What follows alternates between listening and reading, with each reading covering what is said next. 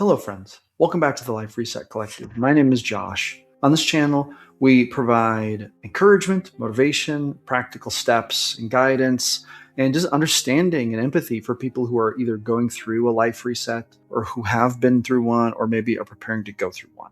This is a very hard thing to go through, and not very many people understand it, which is why I created this channel. And today, we're going to talk about the topic, are you rebuilding your life, like truly rebuilding it? Or are you trying to recreate the life of your past and maybe not even realizing it?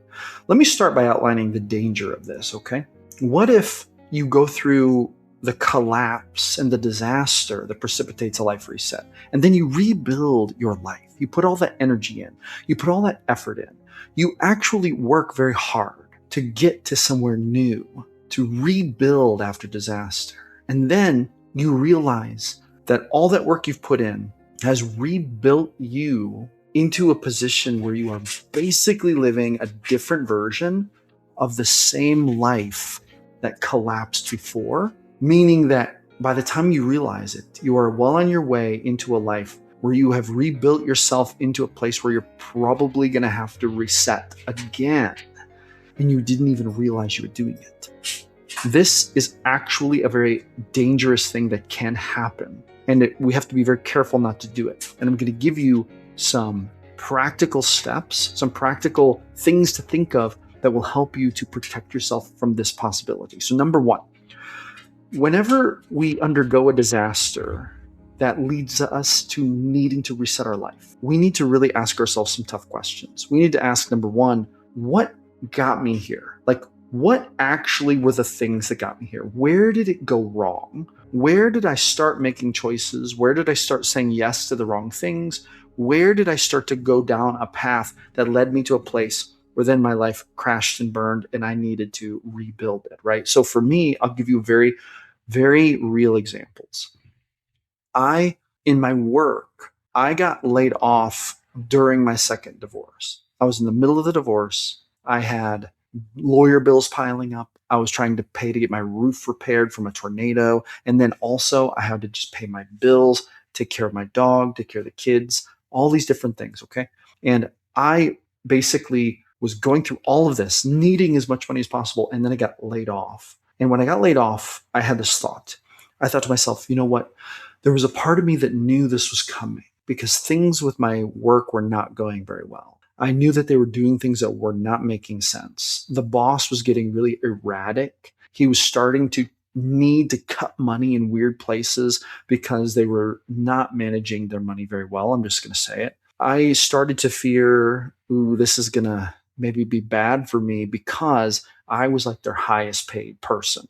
And if money got too bad, what if they couldn't afford to pay me anymore, right? Because they were like really, they were like bleeding out during this time. Okay. Now, with that being said, I was a little bit worried about my job, but I was like, I just need to get through this divorce. I'm going to stick with this job because I was making good money. I was like, I need to stick with this job as long as I can, try to do the best I can. Now is not the time to change careers. And then one day at lunch, I got a call. Hey, sorry, we have to, we got to lay you off. We don't have the money to continue to pay you. I'm so sorry. Basically effective immediately. Okay. So I I knew that I had a vulnerability here. Okay. I knew that there was a possibility that this was going to happen. However, I was like, we just got to make it through this. And then it happened. And I was like, okay, all right. I see this, now I've got to have to do something else. I went and got another job.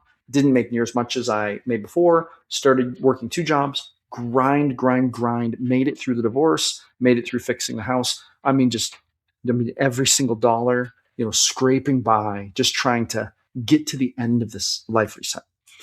Then after the divorce, I went out and I started a new business, okay, off the back of one of my YouTube channels. I run, at this point, 5 different YouTube channels, and one of them is doing pretty good, and I was able to build a business off the back of it, running professional D&D games, okay? Now, this is really cool. This allowed me to basically quit my full-time job, make a lot more money per hour, and pivot to working for myself, having more control over my schedule, more control over my time.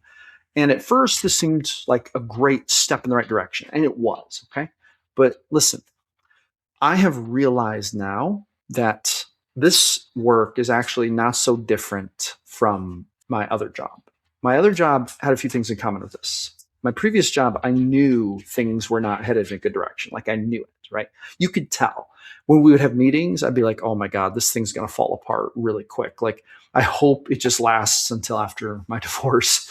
So I was just trying to get by. But then, it did fall apart. Okay. But I saw all these signs. Okay. Now I rebuilt on my solopreneur business, building up this business, building up this business. But as I was doing it, I started to realize, hold on, wait a minute. This business I'm building has a very similar volatility. So I'm making money every week, but there's so much volatility here. My clients, they're very volatile. Sometimes they'll show up once and then I won't ever see them again. Sometimes they'll show up very consistently. And one day, poof, they're gone. This is very volatile. And I try to do everything I can to make it stable, but it's not stable. Okay. And I realized to myself, you know what? One day I had this hard realization. And this came actually literally while I'm filming this video. This realization probably came to me about 2 months ago. I had the realization I need to be really careful because I am building myself right back into the same work situation I had before, where I'm reliant on a specific situation. And then if that situation goes to crap, I'm going to have to go back to rebuild again. And I thought to myself, I built something that I could build that was kind of easy to build, but I didn't build it on a firmer foundation than my previous work. And the reason I didn't do it was because it was easier. It was easier to kind of say, oh, I could make money doing this. Let's go do this. Instead of saying, no, we're going to put in the actual time and we're going to build a business with solid foundations. Now, the business with solid foundations is the business based on my YouTube channels, okay? And the actual YouTube channels themselves are thriving. But this business is a service that I just advertise using my YouTube. So it's a little more volatile. And I'm dealing more directly with personalities. And so this week, I had a big group of work clients just fall apart.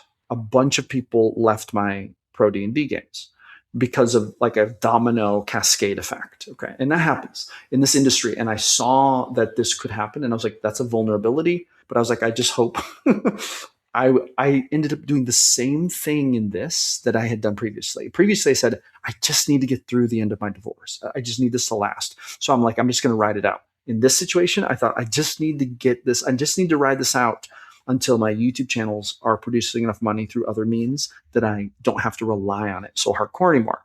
And yet this week, I had a whole bunch of things fall apart. Now, does that mean I cannot rebuild this? No, I can probably, but it just goes to show you that if you're not careful, if you keep just rebuilding the same situation over and over again, you're going to keep ending up with the same problem.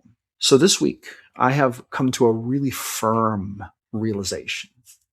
I need to build a business that has stronger bones than the work I was doing before and this business that I've built. This business that I built now, it's too shaky, it's too volatile. I cannot rely on it. So what this means is I need to make a plan for how to get to that next work phase where I create work that's actually very solid and sustainable, that'll sustain even through difficult times, even through some volatility, right? And, this is true of all kinds of things. This is true of relationships. Now, I haven't done this as much with relationships. So I've been in 2 marriages and I've had to do 2 major life resets, both times due to divorce. My first marriage, it ended for different reasons than my second marriage. So one thing I can say is that, I did learn from my first marriage. I just also learned a whole set of different lessons in my second one. If I were to start a third one, I would probably have the best possible chances of success, more so than the first 2, but I don't really plan on it, but I could, right? You see what I'm saying? So it's not like I repeated the same situation twice. So I'm happy I didn't do that. But the work thing, I almost just kind of repeated the same thing twice. And I kind of knew it. I knew this new business venture was a bit volatile. And yet I built it anyway because it was kind of quick. It was kind of easy. And I thought, this will just get me through to where I have a more solid business plan. But there you go. And here we are, right back to kind of square one with the work thing. Now, I'm not going through divorce right now. I'm not going through tornado damage right now. So, it's a lot more controlled than the previous disaster. But I'm still having to go through now kind of a business reset. I mean, it's not a complete reset. I just need to really double down and go hard every day on my YouTube channels, doing everything I can to try to build the business better before the volatility catches up with me, right? And I'm just going to do the best I can working on a business to keep it going while I'm building my YouTube channels and stuff. So you get what I'm saying. So, your new life cannot be a copy of the old one. And the reason for that is because you'll just end up with the same kind of disaster at that point, right? It is really important that as you're building your new life, you identify the problems you had in the previous one, and then you try to build this new life without those vulnerabilities, without those problems, whatever they are. It may be really worth your time to spend several hours in the coming weeks identifying all of the problems that led to your life reset and thinking, okay, here's a whole list of things I can't let into my new life. Okay. Starting over also means letting the old life die away. Okay. So there are some things that we might try to hold on to in our new life, but that might bring some of those old problems back in. So, for example, there are some friends I have who I used to hang out with, even back in my first marriage in those days, and then the middle part, and then in this last marriage. Like, there are friends I've had in phases of my life that I love and I care for, but I have to be very careful. Do those friends deserve a spot in my new life? Should I include them? Should I be investing in them? Should I be spending time on them? Now, the answer sometimes is yes. The answer sometimes no. But this is an example of, in my life, I can be tempted to try to bring old friends with me into my new life, even if it's not a good idea. When you're starting over, it means you need to let your old life kind of die.